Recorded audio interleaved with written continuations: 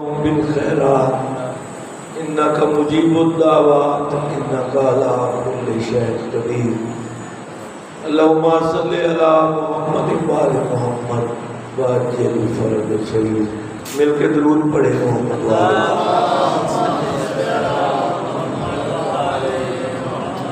بار دیگر زبانوں کو معطل کریں درود پاک کے ساتھ ماشاءاللہ لا حول ولا قوة الا باللہ العلی العظیم اما بعد فاعوذ باللہ من الشیطان الرجیم بسم اللہ الرحمن الرحیم الحمدللہ رب العالمین والصلاة والسلام علی سید الانبیاء والمرسلین وخاتم النبیین سیدنا و نبینا و شفیع ذنوبنا و طبیب قلوبنا و ابی القاسم محمد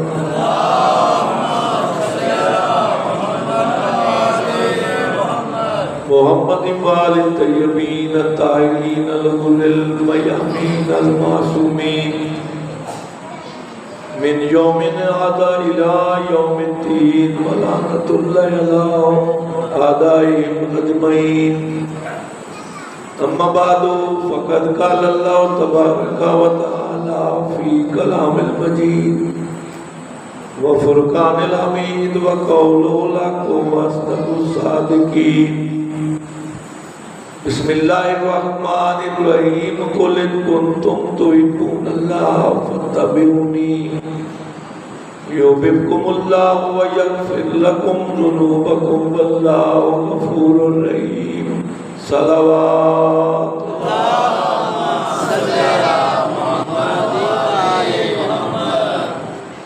سامعین گرامی قدر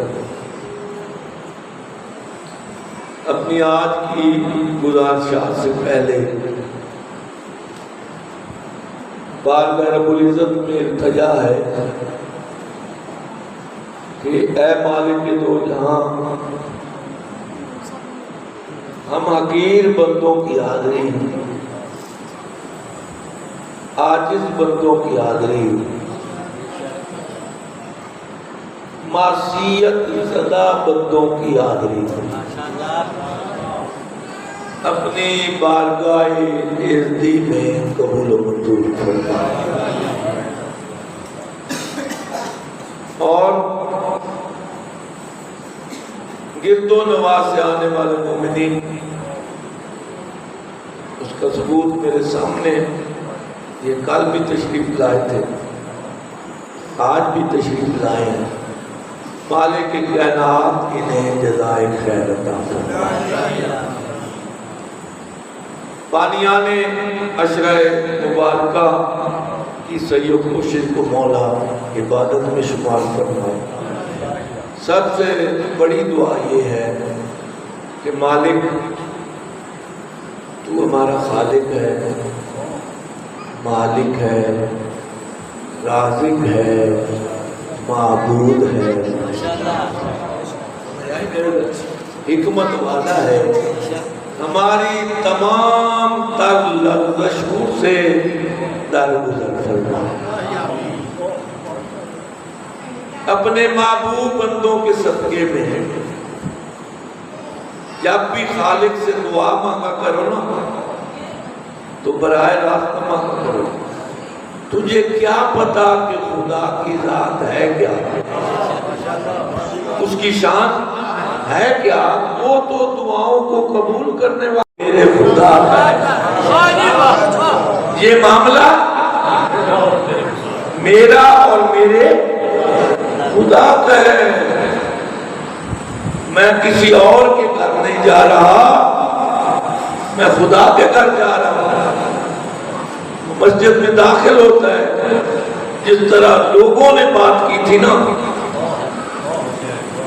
اس طرح مسجد کے امام نے بھی بات کی تو منہ اٹھا کے کدھر آ گیا ساری زندگی تم مسجد سے باہر جا، آج کیسے آ گیا؟ کہتا ہے میں خدا سے معافی مانگنے آیا ہوں، اپنے گناہوں کی معافی مانگنے آیا ہوں، گناہوں کی تلافی کرنے آیا ہوں اور دعا مانگنا۔ میرا مالک تو رحیم ہے، کریم ہے، کرم کر کے میرے گناہوں کو معاف کر۔ میں وعدہ کرتا ہوں میں اپنی طرز زندگی کو بدل لوں گا۔ اور روایت میں یہ بھی ہے کہ فرشتوں نے بھی خدا سے کہا۔ یہ اب کدھر آ گیا؟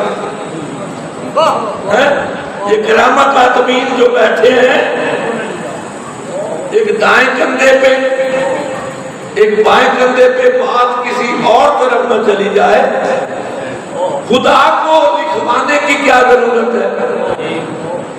وہ لکھ پڑھ تو وہ کرتا ہے جو کل کر نہ کچھ سکے۔ یہ اب بھائی اصل لوگ میرے ساتھ زیارات پہ جا رہے ہیں، بے شک ہم کا جتنا ہی تعلق ہے نا، ہم نے جو لین دین کیا ہے یہ کاپی پہ لکھ دیا اور میں نے سائن کر دی۔ خدا کو لکھوانے کی ضرورت نہیں، وہ دلوں کے رازوں کو جاننے والا ہے، وہ ایسا جج ہے جو خود گواہ ہے۔ اور بھائی ججوں کو مقدمے کا فیصلہ کرنے کے لیے گواہوں کی ضرورت پڑتی ہے، خدا کو گواہوں کی ضرورت نہیں، وہ خود گواہ ہے، تیرے ہر عمل کو بھی دیکھ رہا ہے، تیرے ایمان کو بھی دیکھ رہا ہے۔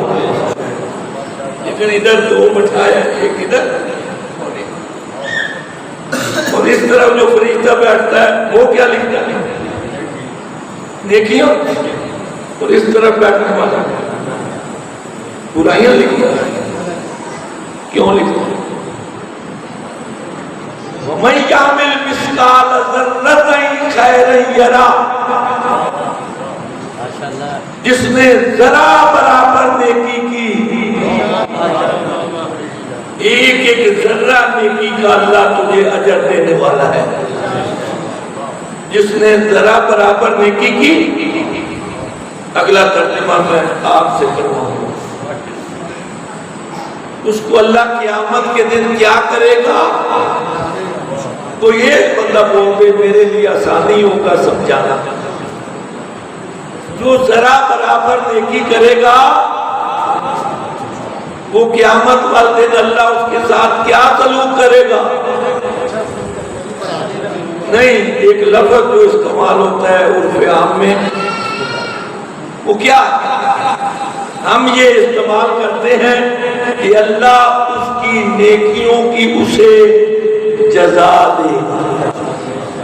ملا بھائی یہی ترجمہ کرتے ہیں، وَمِثْقَالَ ذَرَّةٍ شَرًّا يَرَهُ، جس نے ذرا برابر بدی کی اس کو سزا ملے گی۔ یہ سزا اور جزا کسی معنی میں نہیں آتا۔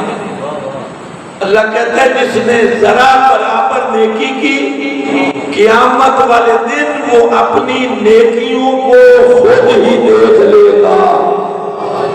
یہ ذرا کا معنی ہے دیکھنا۔ جس نے ذرا برابر بدی کی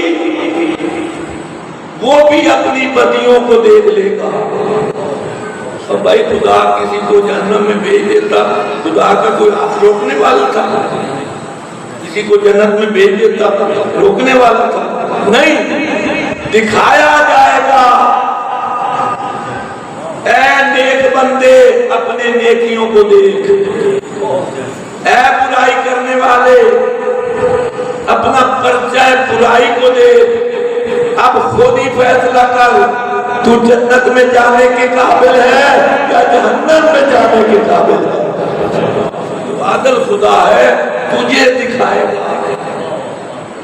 تبھی یہ لکھا جا رہا ہے کہ تو خود دیکھ لے۔ اب دونوں کے لکھنے میں فرق کیا ہے؟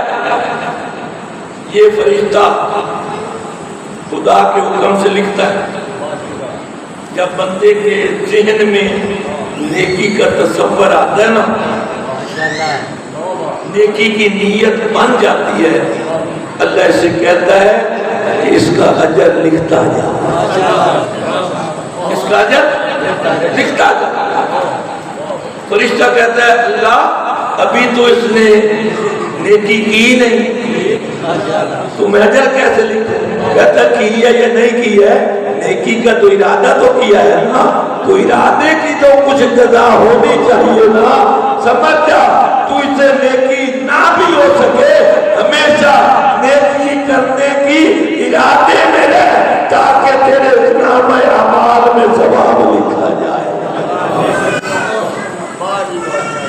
پھر وہ بندہ خوش قسمتی سے اس نیکی کی طرف چل پڑا، جتنے قدم اٹھاتا ہے اللہ کی ذات کہتی ہے ہر قدم پہ اس کی نیکی لکھتا ہے، ہر قدم جیسے جیسے یہ نیکی کی جگہ کی طرف بڑھ رہا ہے اس کی نیکیوں میں اضافہ کرتا جا، اور خوش قسمتی سے اس سے نیکی ہو جاتی ہے۔ اب اس کے نامہ اعمال میں پوریاں نیکیاں لکھ دے، یعنی ارادے سے لے کر نیکی کرنے تک اس کا سارا وقت خدا کی خوشنودی میں گزر رہا ہے، اور اس جیسا بندہ کوئی خوش قسمت ہے ہی نہیں جس کو لمحہ لمحہ خدا کی خوشنودی نصیب ہو رہی ہو۔ اور جو یہاں بیٹھا ہے انہیں ایدر والے دن نقل ہی مار دیا، رمضان بھائی وہ ہے سارا واقعہ دیکھ رہے ہوتا ہے کہ خدا نہ خاصہ کسی بندے کے ذہن میں بدی کا خیال آئے، خیال آنے پر وہ بھی قلم اٹھاتا ہے کہ یہاں خیال آنے سے نیکی کا آغاز شروع ہو گیا، وہ بھی اللہ کی بارگاہ میں کہتا ہے میں اس کی برائی لکھوں، اللہ کریم کتنا ہے، اور بھائی ابھی تو اس نے ارادہ کیا ہے، کوئی اس سے برائی سرزد ہوئی ہے؟ خدا وہ ہے جو کچرے کو فیض و عام کرے، خدا وہ ہے جو کچرے کو فیض و عام کرے، نبی وہ ہے جو خدائی کا انتظام کرے، بابا وہ ہے جسے سجدہ خاص و عام کرے، علی تو وہ ہے کہ جسے کعبہ بھی سلام کرے۔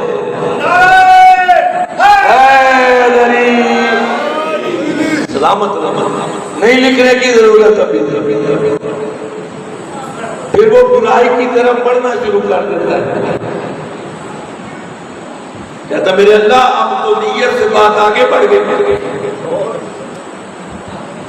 یہ تو برائی کی طرف بڑھنا شروع ہو گیا، اب لکھنا شروع کر دو، کہتا نہیں بڑھ ہی رہا نا، ابھی برائی تو سرزد نہیں ہوئی، خدا نہ خاص اس سے برائی سرزد ہوتی ہے، فرشتہ سمجھتا ہے کہ اب آپ کی قسمت میں برائی لکھی جانی ہے، لکھ دوں، اللہ کہتا ہے ہو سکتا ہے مجھ سے معافی مانگ لے، میں اس کی معافی کو قبول کروں، تمام تر عنایتوں کے باوجود بھی اگر اللہ جہنم میں اس بندے کو بھیجتا ہے پھر خدا کا قصور نہیں، یہ بندے کا قصور ہے کہ رحمت کل کی وجہ سے بھی تو جنت حاصل نہ کر سکا۔ آیا کتنی عنایتاں نے خدا دیا، کتنی رحمتاں نے انہوں یوٹیلائز کرو، وہ دے توں فائدہ اٹھاؤ، یہ دنیا چار دیانے یہ ناکنا مشاوریات کی دا نصیحتیں کرن لگ پہ نہیں، یہ نصیحتیں ضروری ہے۔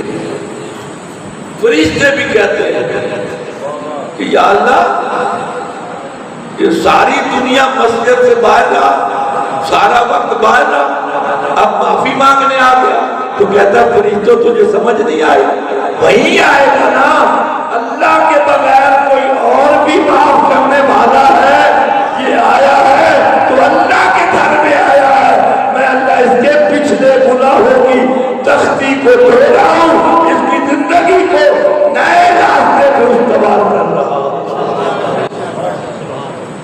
قاری محمد اتنے بڑا سونا فکر آپ اور میرے تو بعد بھی کوئی اور معاف کرنے والا ہو سکتا ہے؟ یہ میرے دربار چاہیا ہے، یہ دا معاملہ تے میرا معاملہ ہے، تسی اعتراض نہ کرو۔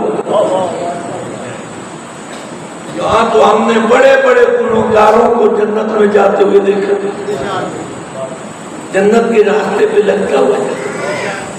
حضرت حور کا ہی قصہ لے لے، 10ویں کی رات تک وہ جہنم کے راستے پہ تھا۔ کہاں تھا؟ جہنم کے راستے پہ، منزل شراب پر۔ اس نے مولا حسین علیہ السلام کے فرش یعنی گھوڑے کی لجام میں ہاتھ ڈالا۔ بس بات اس طرف نکل آئی، تھوڑا سا سمجھانا چاہتا ہوں اگر اجازت ہے۔ گھوڑے کی لجام میں ہاتھ ڈالا، عباس کے ہوتے ہوئے عباس نے کہا خبردار، تو کون ہے میرے مولا کے گھوڑے کو روکنے والا؟ میں تجھے یہاں سے اٹھاؤں گا ادھر پھینکوں گا کہ تیرا نام و نشان باقی نہیں رہے گا۔ مولا کہتے ہیں عباس میں کہتا ہوں چپ کر۔ مولا جانتے سے، مولا جانتے سے عباس چپ کر، اے میرا دل عباس۔ گھوڑے کی لجام میں ہاتھ ڈالا تو مولا حسین نے کیا جھکا تھا؟ مولا سے یہ توقع نہیں کی جا رہی تھی کہ مولا کسی بندے سے اس طرح مخاطب ہوں، امکان سے باہر تھی بات۔ مولا نے کہا تیرے غم میں شمر سے یہ جملہ نہیں کہا، عمر ابن سعد سے یہ جملہ نہیں کہا، حسین بن نمیر سے یہ جملہ نہیں کہا۔ حسین ضمیر حر کو سمجھ گئے تھے کہ تھوڑی سی اصلاح کرنے کے ساتھ یہ جہنم کو چھوڑ دے گا اور جنت کے راستے کو اختیار کر لے گا۔ تیرے غم میں تیری ماں روئے۔ آج بھی بڑے مجمع میں کسی کے ماں کا نام لینا اس کا رد عمل فوراً آتا ہے۔ اگر آپ کسی کا ماں کا نام لیں گے نا تو وہ ضرور آپ کی ماں کا نام لیں گے۔ مولا حسین نے دانستہ طور پر اس کے ضمیر کو جگانے کے لیے،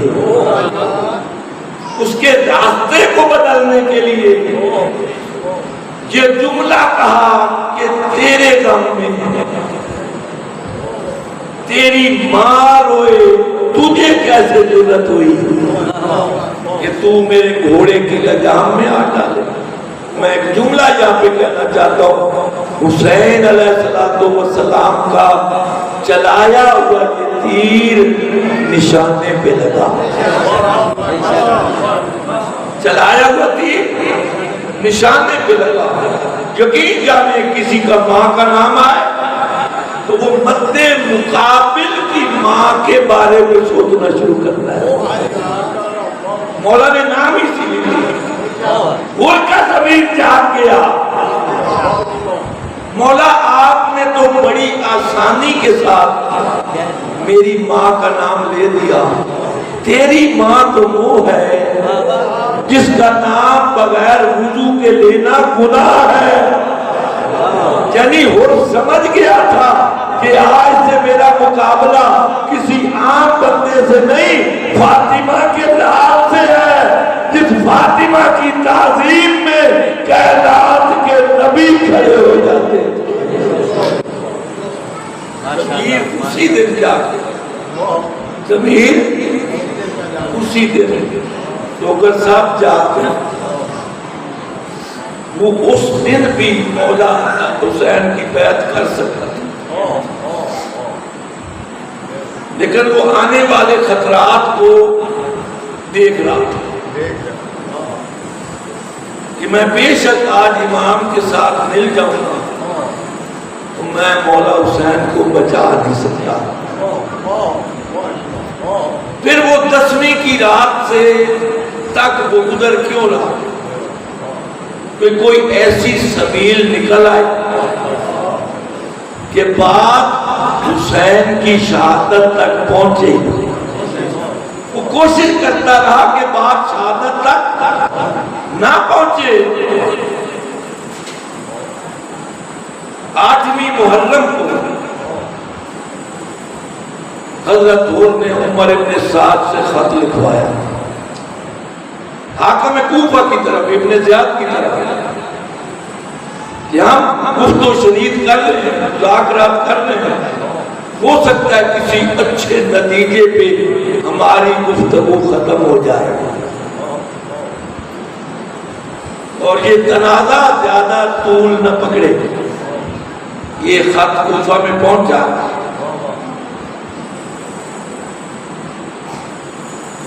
جب ابن زیاد کے سامنے خط پڑھا گیا نا تو وہاں شمر لعین بیٹھا تھا۔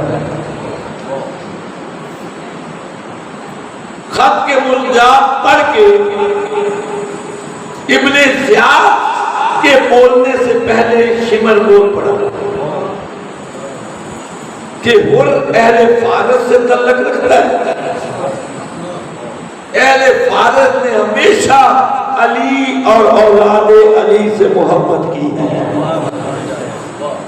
اور کچھ نہیں تو عمر ابن سعد حضرت سعد بن ابی وقاص کا بیٹا ہے جو مدینے کا رہنے والا ہے، ہو سکتا ہے اس کے دل میں بھی رحم آ جائے اور یہ تینوں مل کر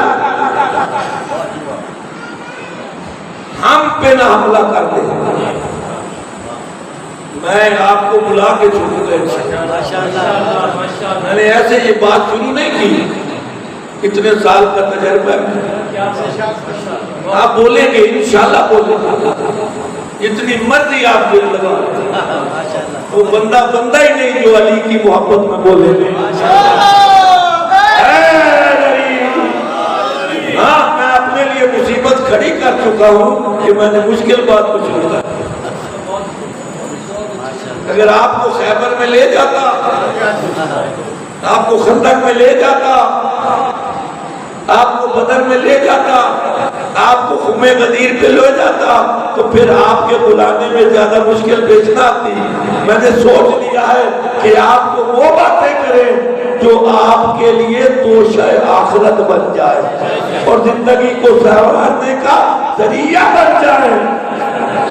ہو سکتا ہے چار ڈے کی ہے زندگی، گل مان لے محمد دی، چار ڈے کی ہے زندگی، گل مان لے محمد دی، جی میں ہور نے وفا کی تھی نال سجدہ وفا کی نعرہ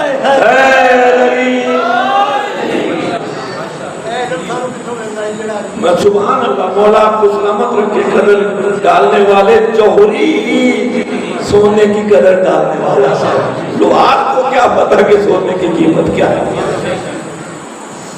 اس نے جب شمر کی سازش دیکھی نا تو اس نے شمر کو ایک لشکر 4000 بندوں کا لشکر بنا کے دیا اور ساتھ عمر ابن سعد کو خط لکھا اور یہ خط جا کے عمر ابن سعد کو دے دینا۔ اس خط میں لکھا کیا تھا کہ بس 2 ہی باتیں ہیں، تیسری بات کوئی نہیں، یا تو حسین یزید کی بیعت کریں یا پھر حسین کو مار دیا جائے، تیسری کوئی آپشن نہیں، بس یا بیعت کرے یا مار دے۔ اگر عمر ابن سعد مارنے میں لیت و لال کرے تو پھر تجھے اختیار ہے حسین سے پہلے عمر ابن سعد کا سر قلم کر دینا۔ یہ خط لے کے آیا، عمر بن سعد کے سامنے خط لکھا، خط کے مندرجات کو پڑھ کے، اور اس میں شرط کیا تھی؟ یا حسین بیعت کرے یا حسین کو مار دیا جائے۔ جتنا بھی دشمن تھا آل محمد کا عمر بن سعد اس بات کو تاریخی طور پہ ایک تحفہ بنا کے چلا گیا۔ اس نے کہا پھر جنگ ہی ہوگی، حسین یزید کی بیعت نہیں کرے گا، کیونکہ حسین کے سینہ میں اس کے بابا علی کا دل دھڑکتا ہے۔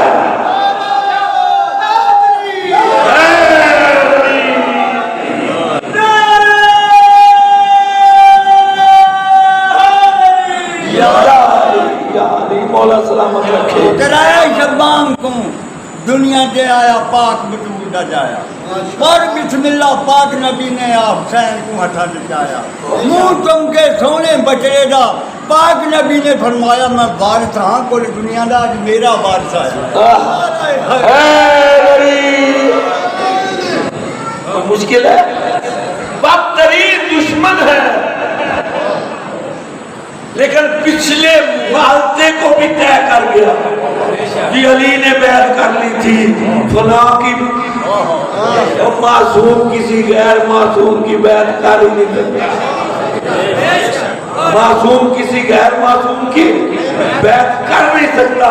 کجا غلام، کجا سردار، کجا نوکر، کجا مولا، اور علی اسی طرح لوگوں کا مولا ہے جس طرح محمد مصطفیٰ مولا ہے۔ نوکروں کی کیا ضرورت کہ وہ مولا سے بیعت مانگے؟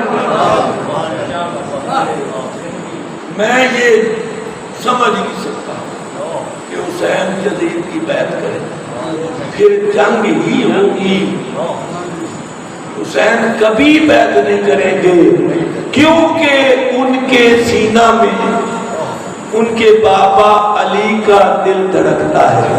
سمجھ آ گئی؟ پچھلی تاریخ بھی بتا دی کہ حسین تو اپنے بابا کی پیروی کر رہے ہیں، نہ بابا نے بیعت کی، نہ حسن نے بیعت کی، نہ اس خاندان نے کسی لعین کی بیعت کبھی کرنی ہے۔ اب جب یہ فیصلہ ہوا تو پھر عمر بن سعد کہتا ہے جنگ ہی ہوگی۔ اب انہوں نے کہا تمہارا یہ آخری فیصلہ ہے؟ میں تو آپ کے ذہنوں کو ایک بہت بڑا علم دے رہا ہوں، بس تمہارا یہ آخری فیصلہ ہے؟ ہاں ہمارا یہ آخری فیصلہ۔ اب انہوں نے کہا کہ ادھر رہنے کا اب مجھے کوئی حق حاصل نہیں، جو کوششیں میں کر رہا تھا نا وہ بے سود ثابت ہوئی۔ اب مجھے جتنا جلدی ہو سکے گا اس پلید جگہ سے پاک جگہ پہ چلے جانا چاہیے۔ یہ کون سی رات تھی؟ بولے یہ کون سی رات تھی؟ شب عاشور تھی، 10ویں کی رات تھی۔ بھائی یہ 10ویں کی رات تو ہر چیز اپنی انتہا کو پہنچ گئی تھی۔ 6 محرم کی رات کو اور امام حسین سے ملنے کے لیے آیا۔ یہ محرم کی رات کو یاد رکھو، 6 محرم کی رات کو اور ملنے کے لیے آیا۔ امام حسین سامنے بیٹھے ہیں، عباس بھی بیٹھے ہیں، یعنی کرسیاں لگی ہوئی ہیں، سب سے بڑی کرسی پہ مولا حسین بیٹھے ہیں، اس سے ساتھ والی کرسی پہ عباس بیٹھے ہیں، اس کے ساتھ والی کرسی پہ اکبر بیٹھے ہیں، پیچھے قاسم کھڑے ہیں، پیچھے اون و محمد کھڑے ہیں۔ خدا کی قسم وہ کتنا خوبصورت منظر ہوگا کہ بنی ہاشم کے چاند ایک ہی وقت میں دنیا کے سامنے چمک رہے تھے۔ بسم اللہ۔ مولا تو ہم سلامت رکھے، پر تواڈے دعاواں دی ضرورت ہے۔ ایک دعا منگانا، دبئی دے اندر میرا بیٹا بیمار ہے، یاد آ گیا، دعا منگو مولا کو صحت کاملہ عاجلہ عطا فرماوے، اور بھی جڑے بیمار ہیں مالک انہاں نوں شفا یابی۔ یہ 6 محرم کو ملنے کے لیے آئے تھے۔ نافع ابن حلال جو رسول اللہ کا صحابی بھی تھا، جو مولا علی کا صحابی بھی تھا، آج وہ کربلا میں حسین کا محافظ تھا۔ وہ محافظت پہ کھڑا ہے اور کو روک لیتا ہے، کدھر جا رہے ہو؟ اور کہتا ہے مولا حسین سے ملنے۔ کہتا ہے یہ جو تم نے ہتھیار اپنے جسم پہ لگائے ہوئے نا، اس کے کھول کے میرے پاس رکھ، میں تجھے بعد میں اپنے آقا کے پاس جانے دوں گا۔ اور کہتا ہے ایک سپاہی اپنے ہتھیار کسی دوسرے کے حوالے نہیں کرتا۔ نافع بن حلال فوراً بولتا ہے، پھر ہتھیاروں والوں کو ایک محافظ کبھی بھی اپنے آقا تک پہنچنے نہیں دیتا۔ اور نے کیا کہا کہ ایک سپاہی اپنے ہتھیار کسی کو نہیں دیتا۔ نافع بن حلال نے پہلے جواب دیا، پھر ایک محافظ جو ہے کسی ہتھیاروں والوں کو اپنے مولا تک بھی نہیں جانے دیتا۔ اب اور اس جواب پہ واپس آیا، نہ حسین نے بلایا، یہ فکرہ آپ نے ذہن میں رکھا اور اسی پہ نتیجہ ہونا ہے۔ نہ مولا حسین نے بلایا، نہ مولا عباس نے بڑھ کے آگے بڑھ کے لیا، نہ اکبر نے لیا۔ جب 10ویں کی رات ہوئی نا، کیونکہ مولا حسین جس منزل پر ہور کو دیکھنا چاہتے تھے نا، اس معیار پہ ابھی ہور پورا نہیں اتر رہا تھا۔ اور بھائی 72 معیار والے تھے، 72 معیار والے تھے۔ یہ 72 ایسے تھے جو کسی نبی کو بھی نصیب نہیں ہوئے، جو 72 حسین کے ساتھ تھے۔ جب 10ویں کی رات اس نے آخری فیصلہ سنا نا، اپنے خیمے میں آیا، غلام کو بلایا، بھائی کل جنگ ہونی ہے، تو نے گھوڑے کو تیار کیا؟ یہ میں نے کیا۔ پانی پلایا؟ پانی پلایا۔ غلام کو کہا ایک بار گھوڑا لیا، میں گھوڑے کے چڑھ کے دیکھنا چاہتا ہوں کہ گھوڑا جنگ کے لیے تیار ہے۔ مولا صاحب معرفت لوگ بیٹھے، میں دیکھنا چاہتا ہوں گھوڑا تیار ہے۔ اگر وہ اسی مقام پہ کہہ دیتا نا اس میٹنگ کے اندر کہ آج سے میں حسین کے ساتھ ہوں، پھر بتائیے وہ بچ کے آ جاتا، اسے وہیں پہ مار دیا جاتا۔ اور معرفت رکھنے والا تھا کہ مروں گا تو حسین کے قدموں میں مروں گا، مروں گا تو حسین کے ہاتھوں پہ مروں گا۔ اپنے گھوڑے پہ چڑھا، بجائے دریا کے گھوڑے کا رخ خیمے کی طرف کر دیا۔ غلام پوچھتا، سردار جی یہ دریا تو اس طرف ہے، آپ گھوڑے کو کہاں لے جا رہے ہیں؟ کہتا تو چپ کر، میری مرضی میں جدھر جاؤں۔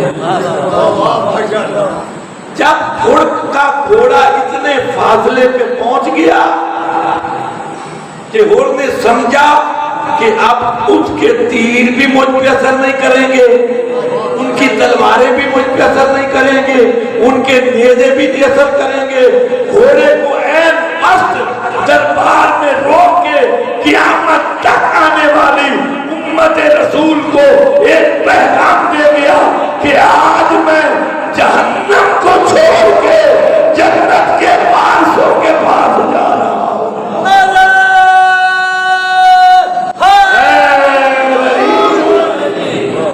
آج میں جہنم کو چھوڑ کے جنت کے وارثوں کے پاس جا رہا ہوں۔ اب گھوڑا خیمے ان کے قریب آئے، 6 محرم کا بھی آپ کو سن لیا، میں نے کہا تھا کہ اس کو ذہن میں رکھنا، اعادے کے طور پہ، یاد کے طور پہ، ریفرنس ٹو دی کنٹیکسٹ کے طور پہ، سابقہ واقفیت کے طور پہ یہ اسکولوں میں پڑھایا جاتا ہے نا، پہلے اس کی سابقہ واقفیت دیکھی جاتی ہے، اس مضمون کے بارے میں وہ پہلے سے کتنا جانتا ہے، پھر وہ پڑھانا شروع کرتا ہے۔ میں نے پہلے ہی بات کر دی تھی کہ 6 محرم کی رات کا واقعہ آپ کے ذہن میں ہونا چاہیے۔ اور واپس آیا، نہ حسین نے بلایا، نہ عباس نے بلایا، نہ اکبر نے اٹھ کے لے آنے کی کوشش کی۔ جب 10ویں کی رات گھوڑے سے اترا نا، حسین کہتے ہیں عباس اٹھنا، ذرا بھائی کو لے کے آ، اور اٹھنا ذرا بھائی کو لے آ، اکبر اٹھنا چچا کو لے آ۔ اور 6 محرم کو نہ ہٹانے والا حسین آج ہر کو بھائی بھی کہہ رہا ہے، اکبر کا چچا بھی کہہ رہا ہے۔ سمجھ آ گئے؟ جو نیت کے ساتھ اس گھر پہ جھکتا ہے پھر وہ غلام نہیں رہتا، حسین اسے اپنا بھائی قرار دیتا ہے۔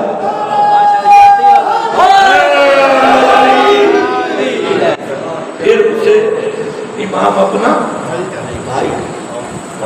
آگے بڑھ کے عباس نے استقبال کیا، ماشاءاللہ سب سے پہلے عباس نے گلے لگایا، ماشاءاللہ ماشاءاللہ خوش آمدید او میرے بھائی ہو۔ جناب علی اکبر نے گلے لگایا، چچا میرا سلام ہو، اور حسین کے قدموں پہ ہاتھ لگانے لگے۔ مولا نے اٹھ کے گلے لگایا، اب قدموں پہ ہاتھ لگانے کی ضرورت نہیں، ذرا سینہ میرے سینے سے لگا نا، میں تیرے سینے کو منور کروں۔ اور وہ آ کے پتا کیا کہتا، اب اس سے ایک ترنت تو سرزد ہو گیا، اور ان کا ضمیر اتنا جاگا تھا نا کہ ہم سے تو کوئی جرم ثابت ہو جائے یا سرزد ہو جائے تو ہم جا کے براہ راست اس کی معافی مانگتے، یہ نہیں دیکھتے کہ اس انسان کے لیے معاف کرنا کتنا مشکل ہے، معاف کرنے میں کتنی تکلیف ہوگی۔ حر نے بھی حسین کی منزل کو سمجھ لیا، یہ براہ راست جا کے معافی نہیں مانگوں گا، پہلے پوچھوں گا مولا میرے جرم کی معافی ہے۔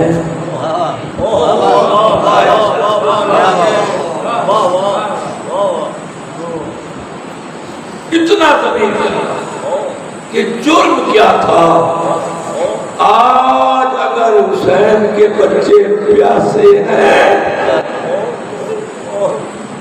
تو میری وجہ سے۔ زینب کی صدائیں مدینے پہنچ رہی ہیں، نانا تیری امت کل ہمارے ساتھ کیا کرے گی، تو اس کا موجب میں بناؤں۔ میں لایا ہوں نبی زادیوں کو اس لکو لک صحرا میں، اور 7ویں کو آل محمد کا پانی بند ہوتا ہے، میں پانی پہنچانے میں ذرا بھی کوشش نہیں کرتا۔ اگر آج العطش کی آوازیں آ رہی ہیں تو اس میں میں بھی قصوروار۔ مولا شاہ صاحب آپ کو سلامت رکھے۔ اے جا ہوا جلدی نا جتھے آگ بھرتی ہے، میں بی بی زینب کا نام ہے کہ سید کو اپنی دادی یاد رکھے۔ میں اکثر اللہ سے ایک سوال کرتا ہوں، اے اللہ کاش ہم سارے سید مر جاتے، ہماری دادی زینب شدید کے دربار میں نہ جاتی، بازاروں میں نہ جاتی، ہم سارے مر جاتے۔ یہ ہماری آج بھی خواہش ہے، خدا کی قسم ہمیں روتے رونے سے۔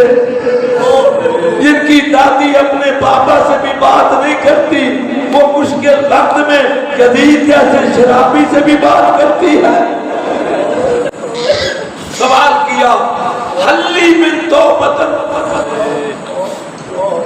یا سردار میرے جرم کی معافی ہے. اب انہوں نے سوچا کیا تھا؟ بھائی مجھے سوچا کیا تھا کہ میں مولا کو اس سے زیادہ اور تکلیف نہیں. اگر مولا کہیں گے نا تیرے جرم کی معافی نہیں تو میں معافی نہیں مانگوں گا. میں کسی ویرانے میں چلا جاؤں گا. ساری زندگی اپنے کیے پہ ملامت کرتا رہوں گا, گریا کرتا. اس نے عاجزی کی حد کر دی, عاجزی کی حد کر دی, تابعداری کی جوکر صاحب حد کر دی. کہا حلی من توبتن, کیا سرکار میرے جرم کی معافی ہے؟ حسین نے کریمی کی حد کر دی. حسین نے کریمی کی حد کر دی. جھکتے ہوئے ہور کو گلے لگا کے کہا صرف معافی نہیں, انت حر فی الدنیا والآخرہ, دنیا میں تو آزاد تھا ہی, آج حسین نے تجھے آخرت کے لیے بھی آزاد کر دیا. یہ کریم گھرانہ ہے حسین کا. اب جو ساتھی مولا کے ساتھ تھے وہ کب سے ساتھ تھے؟ جب سے مولا کربلا آئے تو اور تو ابھی آئے تھے. ہونا یہ چاہیے تھا کہ جو پہلے تھے پہلے شہادت بھی ان کی ہو. پہلے ان کا بیٹا شہید ہو گیا, پھر اور خود شہید ہو گیا. کسی نے مولا سے پوچھ لیا مولا یہ تو رات کو ہی آئے تھے, انہیں کیوں بھیج رہا ہے؟ تو مولا کہتا ہے یہ میرے آخری مہمان تھے. حسین اتنا غریب ہو گیا تھا نا کہ میرے پاس پینے کے لیے پانی نہیں تھا. اگر میرا آنے والا مہمان پانی مانگ لیتا تو میں پانی کیسے دیتا؟ آج بھی میں چاہتا ہوں کہ اور پانی مانگے اور اپنے کوثر پہ میرا نانا جام کوثر لے کے کھڑا ہوا ہو.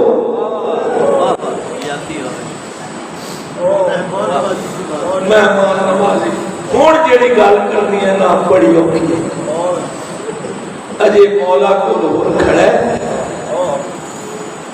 کہ جناب فضا ایک سیدہ زینب دا پیغام لے کے آ. بھیا حسین اگر آپ کی اجازت ہو تو میں بھی اور بھائی کو سلام کر لوں. اگر اجازت ہو تو میں بھی اور بھائی کو سلام کر لوں. جب زینب کے سلام کا وقت آیا خدا کی قسم اور کی پیشانی زمین پہ لگی.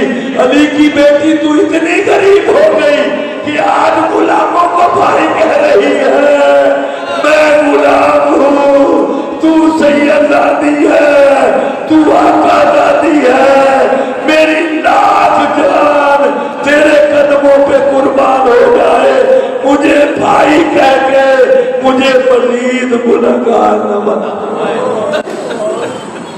مولا سلامت رکھے. بس آخری دو جملے کہتا ہوں. سب سے پہلے میں اپنے بیٹے کو تیار کر کے میدان میں بھیجا. جتنا لڑ سکتا تھا نا وہ بچہ لڑا. جب ذہن سے زمین پہ آنے لگا تو کہا یا ابت ادرکنی, بابا میں گر رہا ہوں میری مدد کو آ. اب وہ سنبھل کے جب بیٹے کی میت میں جاتا ہے تو کیا دیکھتا ہے؟ ایک بزرگ ہے جو اپنی ابا سے ہور کے بیٹے کے چہرے سے کربلا کا خون بھی صاف کر رہی ہے, ریت بھی صاف کر رہی ہے. خدا کی قسم وہ ابا رو کے کہتا ہے اس مشکل وقت میں مجھ پہ احسان لگانے والا تو کون ہے؟ ہور کے سوال پہ امام حسین نے مڑ کے دیکھا اور کون ہو سکتا ہے؟ تیرا غریب آقا حسین ہے. اور میں قدموں پہ ہاتھ رکھے مولا آپ اتنے غریب ہو گئے کہ اب غلاموں کی لاشیں بھی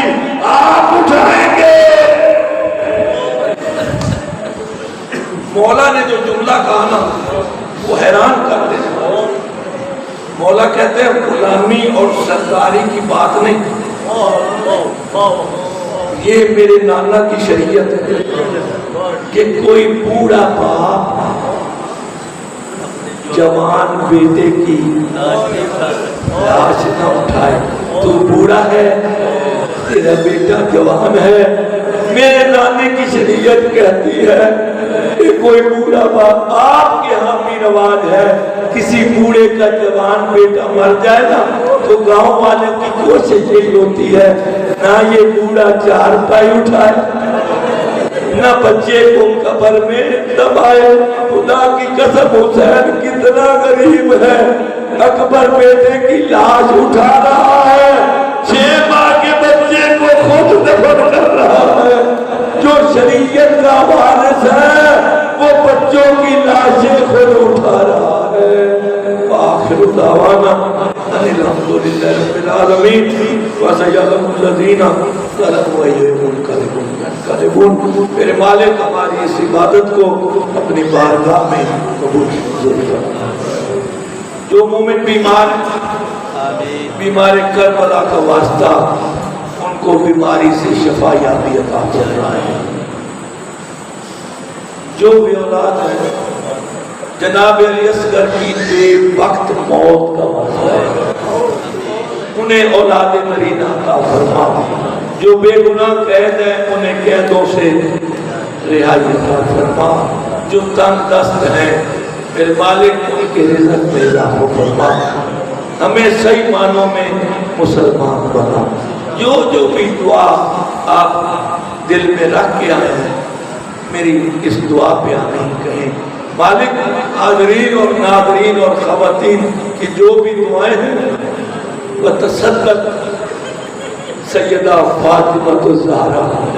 خدا کی قسم میں اپنی طرف سے نہیں کہہ رہا، امام جعفر صادق کا فرمان ہے تمہاری کوئی دعا قبول نہ ہو رہی ہو میری دادی کا واسطہ دو، اللہ اس دعا کو قبول کرے گا.